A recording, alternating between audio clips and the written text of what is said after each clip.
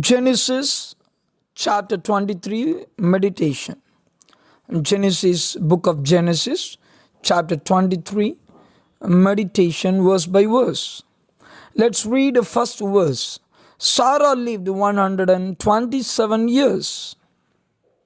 Only this incident of the age of the woman is mentioned in the Bible. That is Sarah, Abraham's wife. When God called Abraham, he is already married. Abraham's brothers in their native village, they live together. Terah has three sons, Abraham, Nahor, Haran. Abraham got married, Nahor got married, and Nahor's wife is Milcah, Abraham's wife Sarah. Haran, who was a son of Terah, got married and had son. Lot, he gave his son Lot.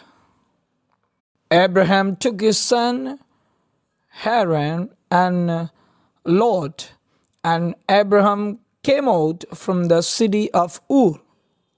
The entire history is found in the Bible in the last chapter of Genesis chapter 11. And after the death in Haran, Abraham set out from Haran to Canaan. Then his age was 75 years. Abraham and Sarah's married life is glorious and exemplary. Hebrew chapter 11, in the list of heroes of faith, these husband and wife are beautifully written about it. Sarah appears to have honored her master Abraham. She gave him respect by calling him her husband and master. In their marital life, God's promise was fulfilled at a wonderful time. Abraham was 100 years old. Sarah was 90 years old. They gave birth to Isaac. The meaning of Isaac is laughter. Does Sarah bless me? Abraham can be a father. That humor of hers, as the Lord condemned in Genesis chapter 18, gives a witness. Dear brothers and sisters, when God asked Abraham to sacrifice Isaac, Abraham was in Beersheba. From there, Abraham took his son Isaac to Mount Moriah by going without telling Sarah. She became ill. Bible scholars believe that due to this reason, Abraham, who came back to Beersheba after the analogy sacrifice of his son, his deceased wife Sarah, he moved to the region called Kirjath Arba. This Kirjath Arba, that is Hebron. Hebron is 32 kilometers away from Jerusalem. It is at a very high altitude above sea level. Therefore, since oxygen levels are very high in that city, Sarah, who is ill, needs a natural and pure air. Abraham sent in Kirjath Arba. She spends her final years. She died in the 127th year. Genesis chapter 23 verse 2. Sarah died in Kirjath Arba, that is Hebron, in the land of Canaan. And Abraham came to mourn for Sarah and to weep for her. This verse tells us that Abraham wept bitterly for Sarah. Sarah's death made Abraham sad. He came from Beersheba to mourn for Sarah. When Sarah died, Abraham went to Kirjath Arba in Hebron to bury her in the area in front of Mamre.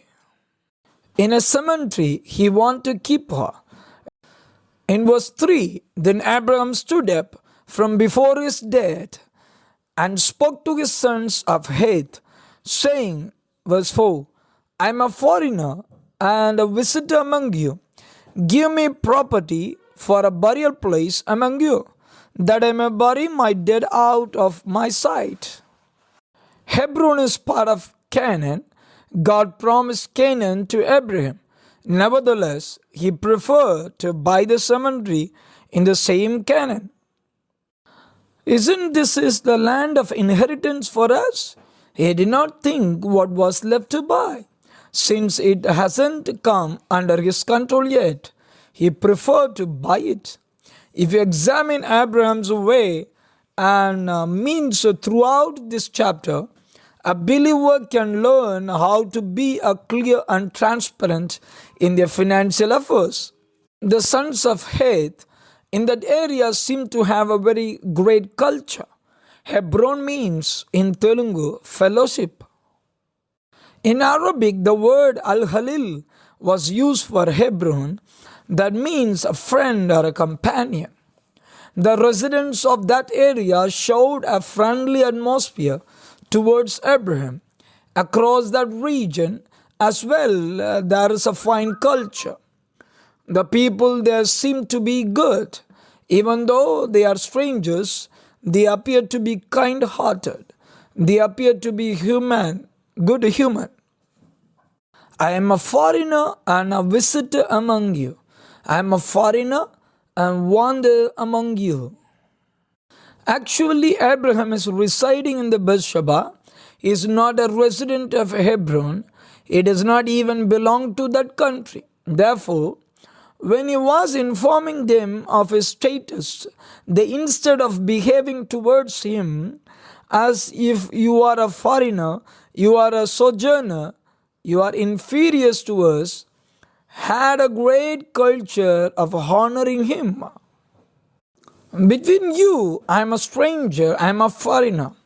Give me a burial ground in your place to bury my deceased dead wife. Without her being in front of my eyes, he asked in that place what was the reason for him to buy a burial ground for his family is that Canaan is the promised land of God. Abraham's faith is a resurrection.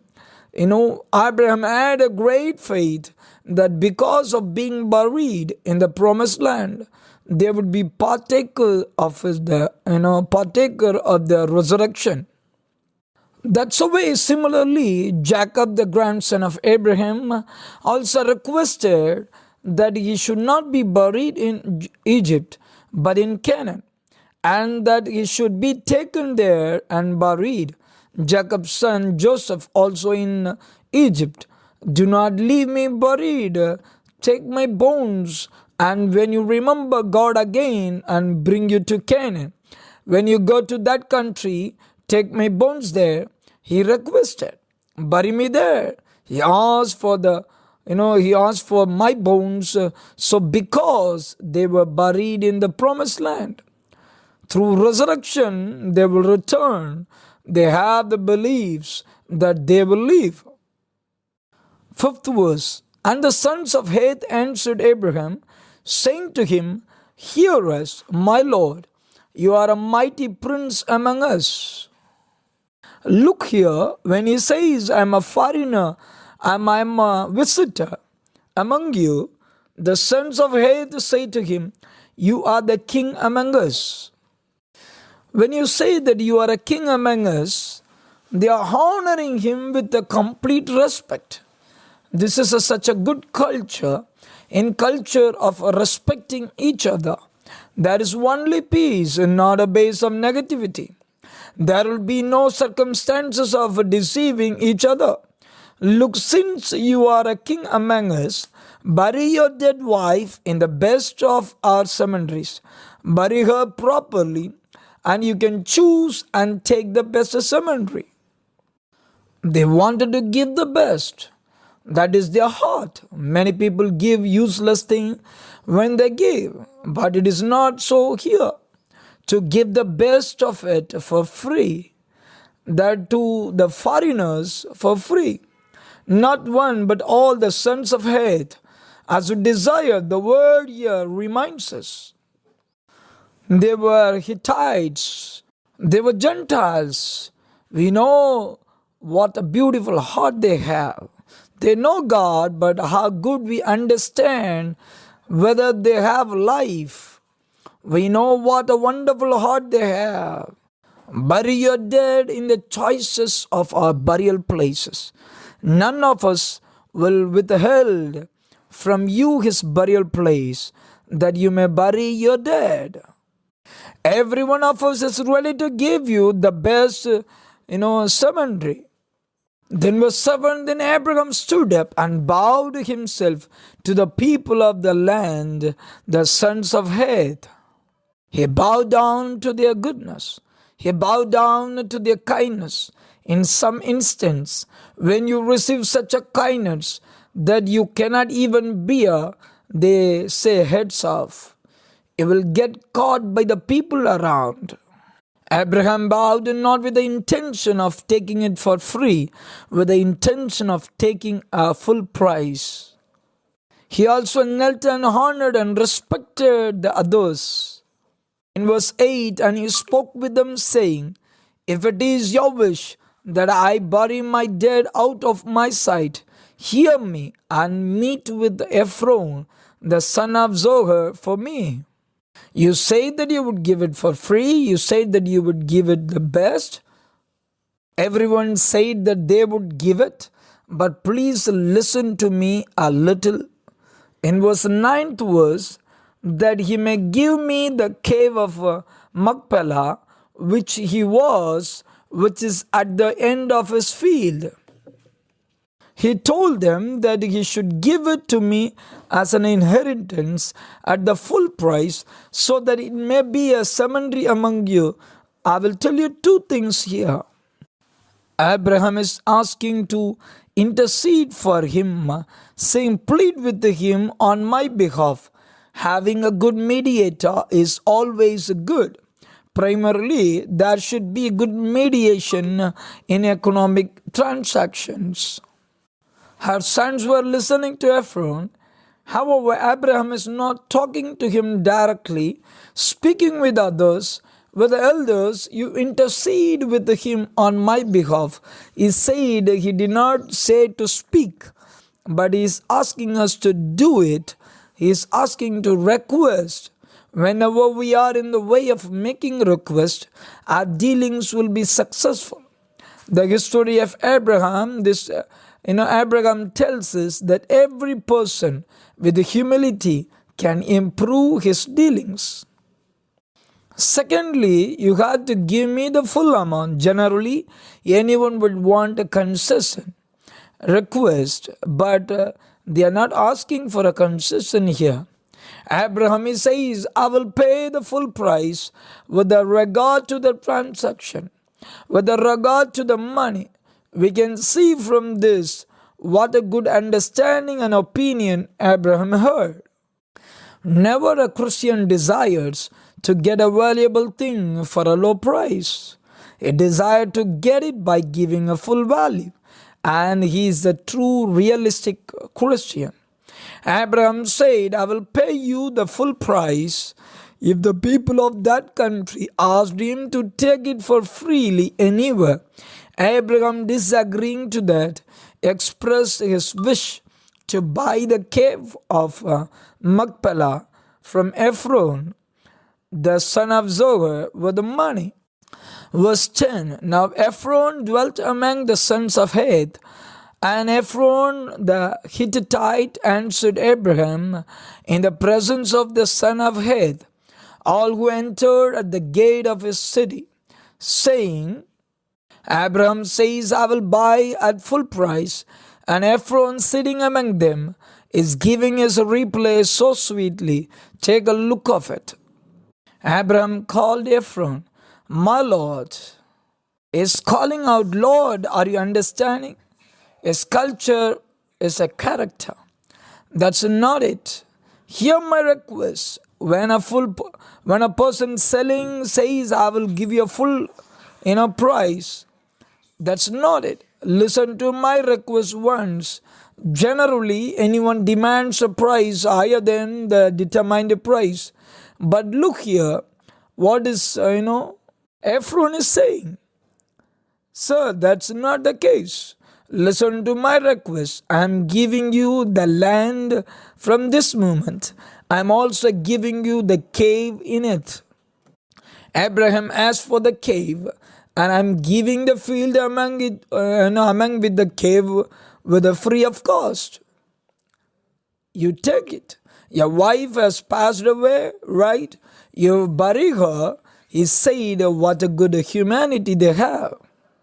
If you ask for the cave, he says that he will give it along with the field. Please keep it carefully. Your wife has passed away.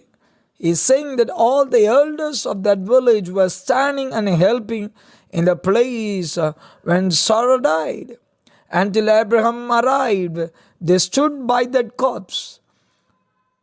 Weren't anyone going to work, sitting there? They are working to comfort Abraham. How is our culture today? How spoiled is the world? If someone dies, they go to their home to console them or to see the body. How many people are willing to see and pay their respects and encourage the family today? Very few people have such a mindset. Look at the sons of Heth, how sympathetic they are. All of them have also came forward to help Abraham to bury his wife. Hebron residents appear as those who came forward to help. They are friendly. Then Abraham, they gave it to him for free. He did not rejoice. Abraham is bowing down a second time before them. Then Abraham bowed before the people of that country. Verse 15, listen to my request. Whether you noticed or not, listen to my request. These words, listen to my request, appear in this chapter for us. Abraham told his sons, tell him my request. Ephron says, listen to my request. Abraham is telling Ephron, listen to my request. Abraham is readily rejecting it. He is rejecting the free offer that Ephron has given him. If they are saying that they will get their places, their fields, their cave for free, he is stubbornly removing it. But he is saying, he is saying that, but look, even to say no, how beautifully he is saying. He is saying it without hurting.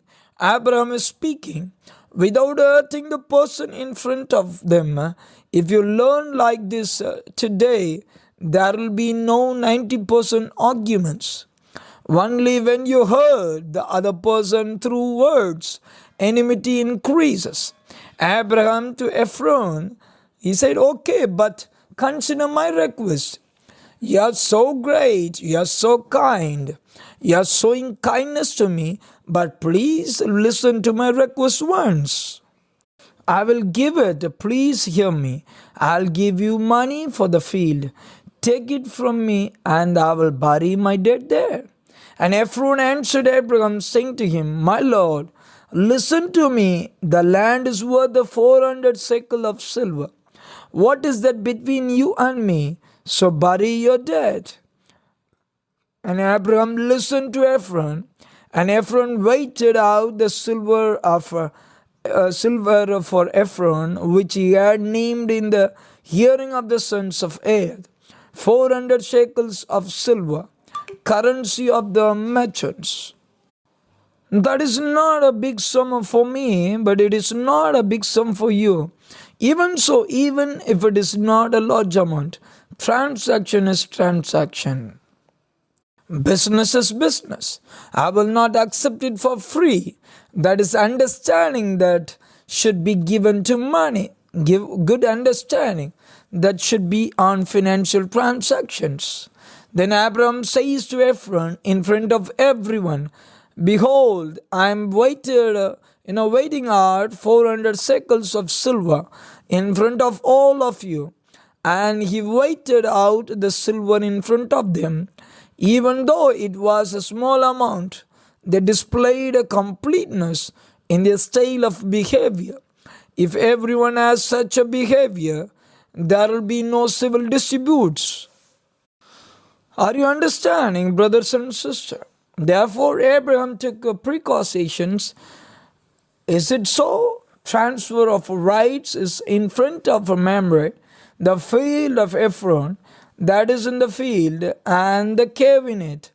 the trees in it, and the entire boundary was established as an inheritance to Abraham in the presence of all who entered the city before the sons of Heth. When the transfer of rights came, they entered that place. They did not go until then. Having paid the price for the land, and after getting the written documents perfectly registered, he entered into it. Only after paying the full price did he take possession of it, including the trees in it, and including the fruits it had. They belonged to Abraham from that day. See, when Abraham died at the age of 175, he could not keep any property with him except for this inheritance. This is the only property Abraham had at the end of his life. He wanted to be buried and his wife in the cemetery he bought. But Abraham never thought that someone should bear his responsibility for free. To perform his duty towards his wife, Abraham is moving forward. You and I also, all our duties, nicely, perfectly in fulfilling. I'm requesting you to be successful. That field and the cave in it were made over to Abraham as a possession for the burial ground by the sons of Heth, have been well established. Even now, although 4,000 years have passed since this event, going to that place from all over the world, Abraham and Sarah and Isaac and Rebekah, where we are still seeing the tombs of Jacob and Leah. These tombs appear before our eyes, a living witness before us. They teach us the true lives of those days. In this lesson, what we learn most is how carefully and realistically we should be with regard to financial matters and transactions. We are learning to build our lives in a way that is complete by paying the full price, not wanting to receive it for free. Whenever the name was completely changed in his name, that field, only then he buried Sarah there. With this, the 23rd chapter concludes. The Holy Spirit, to teach a great lessons, has gone on to explain various events in the chapter in the Bible. In that, Sarah's death also one. Sarah's death, the family, and the care that should be taken towards family members and the deceased is taught to us. Today, a lot of values seem to have fallen. When the parents died, the children were not visible. Totally, there are families where wives do not leave when they die. There are families where the husband does not appear when the wife dies. Every person in the family should leave a responsibility towards another person. We learn this in it. Moreover, the reason for their permanent inheritance of the tomb is that they will be resurrected from that place. It is understood that they have secured that place for themselves. It's a permanent document. To obtain it cleanly means a permanent document. In that the permanent purchased document, they were buried in the same place. It does not belong to someone else, so their graves are permanently in their land. So they were buried there with the beliefs that they would be with the Lord in the resurrection. Resurrection.